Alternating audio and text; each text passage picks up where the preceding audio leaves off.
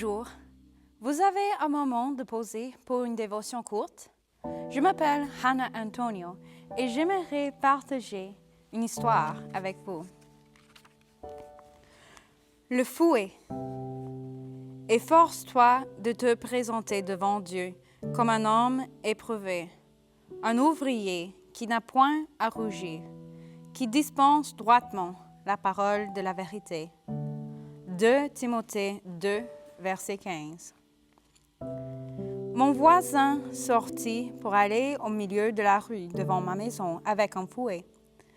Comme j'observais de ma salle de séjour, il a déroulé, a balancé le bout dans l'air et a terminé avec ses 2 pieds dans l'air, essayant d'éviter la poignée qui a failli prendre sa jambe gauche. Il doit avoir un nouveau passe-temps, j'ai réfléchi, et pas un qu'il ait jamais essayé auparavant. Sa danse avec le danger continua soir après soir, semaine après semaine, et j'ai continué à étudier les mouvements de son corps et la réaction résultante du fouet.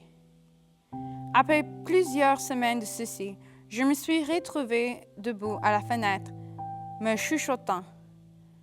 Ne tire pas en arrière si vite.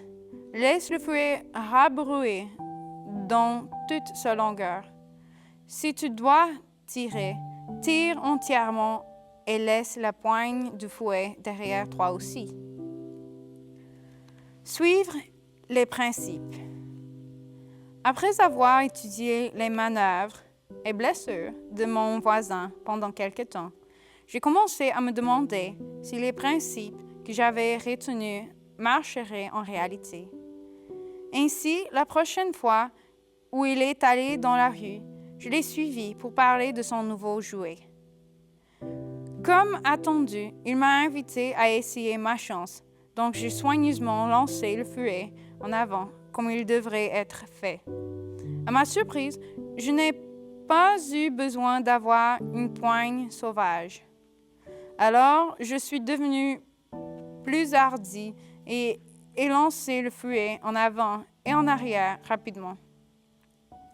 Le fouet répondit par 2 coups consécutifs.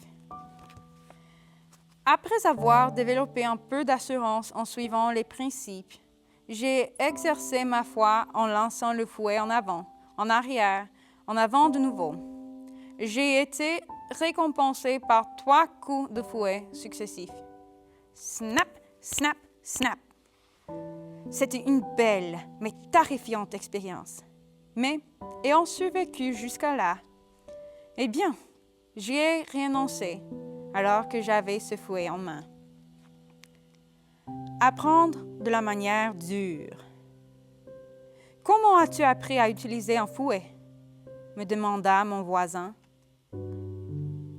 Je n'ai jamais su comment, repris-je.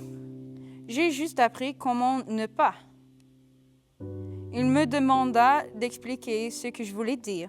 Donc, je lui dis que je l'ai observé pendant des semaines et que j'ai appris ce qui ne marchait pas.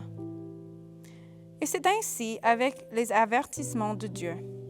Ces commandements sont pour notre protection. Donc, lorsque nous refusons de nous y plier, nous finissons par rater nos bénédictions et subissons beaucoup de douleurs à la place. Donc, notre choix sage dans la vie est d'étudier la parole de Dieu d'abord. Cependant, si nous choisissons de nous rebeller et de ne pas respecter ses commandements, la souffrance résultante peut nous enseigner ce qu'il ne faut pas faire. C'est la façon dure de faire de nouveaux et meilleurs choix. Mais par la grâce de Dieu, les mauvais choix peuvent encore nous conduire vers ceux qui sont justes, se trouvant dans le livre d'instructions de Dieu pour la vie, la Bible. C'est mieux si nous étudions ces principes plus tôt dans la vie, en gardant à l'esprit que cela blesse Dieu de voir ses enfants souffrir. Merci, Père, pour ta parole, qui est la vérité et qui nous délivre de l'erreur. Aide-nous à aimer ta parole pour que nous puissions la vivre. Au nom de Jésus, nous te le demandons. Si vous avez aimé cette histoire et souhaitez accommander une copie sans frais de cette histoire et bien d'autres dévotions courtes qui sont parfaites pour la culte familiale, les illustrations de prédication ou comme un livret de partage, visitez notre site web 3abnfrançais.tv pour nous envoyer un message. C'est 3abnfrançais.tv. N'oublie pas de prendre des pauses au long de la journée pour une pensée spirituelle et partage-la aussi avec les autres. Je vous souhaite une journée remplie de la grâce de Dieu.